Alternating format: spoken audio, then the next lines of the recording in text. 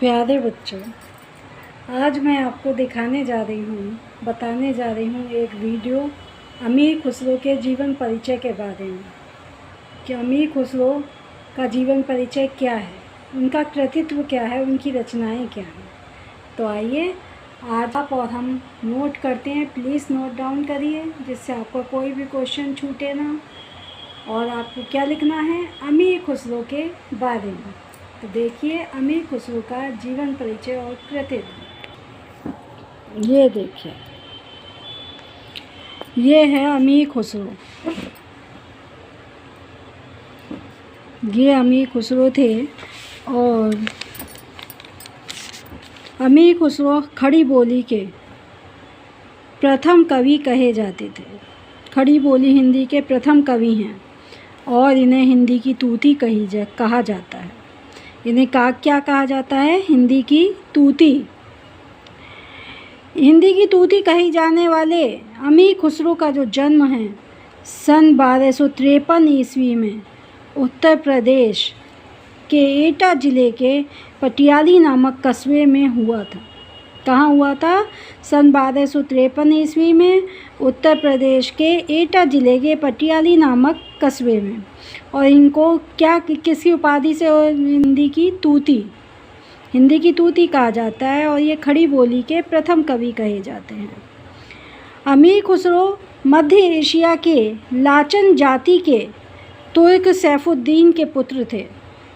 किसके पुत्र थे? मध्य एशिया की लाचन जाति के तुर्क सैफुद्दीन के पुत्र थे। खुसरो की जो माँ थी वो बलवन के युद्ध मंत्री इमादुद्दुल मुल्क की लड़की थी। जो युद्ध मंत्री था इमादुद्दुल मुल्क, उसकी लड़की थी और ये भारतीय मुसलमान महिला थी।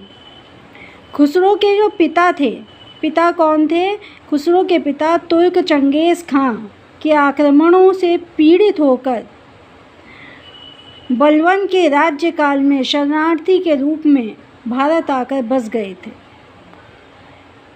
और ये सैफुद्दीन थे। इनके पिता कौन थे? सैफुद्दीन। और ये बलवन के राज्यकाल में शरणार्थी के रूप में भारत आकर बस गए थे और चंगेज़ खां के आक्रमणों से ये पीड़ित हो गए थे। और केवल 7 वर्ष की अल्पायु में ही खुसरो के पिता का निधन हो गया था। केवल 7 वर्ष की आयु में ये क्या हो गए थे? अनाथ हो गए थे। इनके पिता का निधन हो गया था। खुसरो ने आँखों से गुलाम वंश का पतन देखा, खिलजी वंश का उत्थान देखा और तुगलक वंश का आरंभ देखा। दिल्ली की गद्दी पर इनके सामने 11 सुल्तान बैठे। कितने सुल्तान? 11 सुल्तान बैठे, जिनमें से 7 की इन्होंने सेवा की। 7 इनकी इन्होंने सेवा भाव से सेवा की। अमीर खुसरो की माँ हिंदू राजपूत थी। अमीर खुसरो की माँ कौन थी? हिंदू राजपूत थी और दौलत नाज इनका नाम था। ये राजनीतिक दबाव के कारण नए मुसलमान बने थे। इनकी ननिहाल में सारे रीति रिवाज हिंदुओं वाले थे। गाने बजाने एवं संगीत का माहौल था। तभी खुसरो ने नाना के पान खाने पर, खुसरो के नाना पान खाते थे, तो खुसरो ने तंबोला नाम की एक मनस्वी लिखी। अमीर खुसरो के गुरु कौन थे? अमीर खुसरो के गुरु शेख निजामुद्दीन औलिया थे। अफ़गान युग के महान सूफी संत थे ये। और 8 वर्ष की अवस्था से इनके शिष्य बन गए थे अमीर खुसरो। किसके? निजामुद्दीन औलिया के। अपने गुरु के ही प्रभाव से राजसी वैभव में रहने वाले खुसरो रहस्यवादी संत बन गए।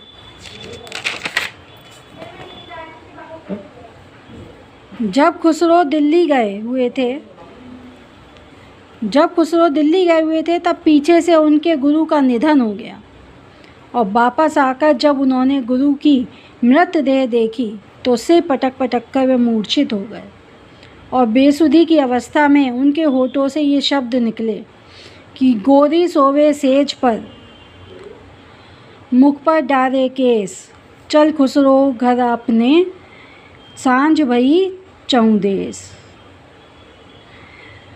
ये जो इन्होंने पद लिखे हैं, ये जो शब्द लिखे हैं, दोहा लिखा है, ये ब्रजभाषा में लिखा हुआ है और अब उन्हें सब तरफ अंधेरा ही दिखाई देने लगा। तभी धन संपत्ति, अपनी सारी धन संपत्ति दान करके ये अपने पीर की समाधि पर बैठ गए, ना उठने के लिए, कभी ना उठने के लिए बैठ गए और निरंतर एक ही जगह पर बैठकर अपने प्राण विसर्जित कर दिए इन्होंने। अमीर खुसरो की समाधि भी अपने पीर की समाधि के पास ही बना दी गई है। आचार्य रामचंद्र शुक्ल के अनुसार खुसरो की आयु, मृत्यु जो है वो सन 1324 ईस्वी में हुई। अमीर खुसरो अरबी, फारसी, तुर्की, हिंदी इन सब के विद्वान थे। इन्होंने लगभग 99 ग्रंथों की रचना की, लेकिन आज केवल 20-22 ग्रंथ ही उपलब्ध हैं। अलाउद्दीन सुल्तान के ये राजकवि थे। इन्होंने किस्सा चाह दरवेश एवं खालिक बारी, इनकी विशेष लोकप्रिय रचनाएं हैं जो इन्होंने लिखी हैं। खुसरो ने 5 मनस्वियाँ भी लिखी हैं, शीर व खुसरो, मजनू व लैला, आईने सिकंदरी आदि। खड़ी बोली हिंदी में प्रथम कवि के रूप में इन्होंने मुकरियाँ, ढकोसले, 2 सुखने आदि लिखे, जिसका उदाहरण है, ढकोसले का उदाहरण है कि खीर पकाई जान से, जतन से, चरखा दिया चला, आया कुत्ता खा गया, अब तू बैठी ढोल बजा। ये इनका ढकोसले का उदाहरण है। और यह है 2 सुखने का उदाहरण कि पान सड़ा क्यों, घोड़ा अड़ा क्यों, गधा क्यों उदासा, पथिक क्यों प्यासा। तो पहले 2 सुखने का उत्तर है कि क्योंकि वे फेरा ना था, पलटा नहीं था। पान सड़ा क्यों, उसे फेरा नहीं गया, और घोड़ा अड़ा क्यों, उसे फिराया नहीं गया, घुमाया नहीं गया। गधा क्यों उदासा और पथिक क्यों प्यासा, क्योंकि वो लौटा नहीं था। निश्चित रूप से अमीर खुसरो उच्च कोटि के कवि थे। उनका योगदान अक्षुण्ण है, हिंदी साहित्य में उनका योगदान अक्षुण्ण है। अमीर खुसरो अपने समय के महान विद्वान, बहुभाषाविद, साहित्यकार एवं संगीतज्ञ रहे हैं। आचार्य रामचंद्र शुक्ल ने लिखा है, खुसरो के समय में बोलचाल की स्वाभाविक भाषा घिसकर खुसरो के काव्य में आ गई थी। कबीर की अपेक्षा खुसरो का ध्यान बोलचाल की भाषा की ओर अधिक है। कबीर दास की अपेक्षा खुसरो ने बोलचाल की भाषा पर अधिक ध्यान दिया है। डॉक्टर रामकुमार वर्मा ने लिखा है कि खुसरो का काव्य मनोरंजन की सामग्री है।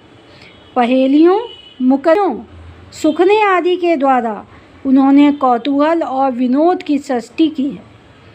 तो इस प्रकार हम कह सकते हैं कि जो अमीर खुसरो है उन्हें मनोरंजन का कवि माना जाता है। उन्हें मनोरंजन का कवि माना जाता है और उन्होंने हिंदी साहित्य को अपनी अमूल्य देन दी है। और इसलिए आपको ये सब कुछ पूरी अच्छी तरह से याद करना है, लर्न करना है, नोट डाउन करना है, जिससे आपको सबसे अच्छे एग्ज़ाम में, आपको हर कंपटीशन में आपके सबसे अच्छे मार्क्स आएँ और आप ही सबसे आगे रहें। धन्यवाद।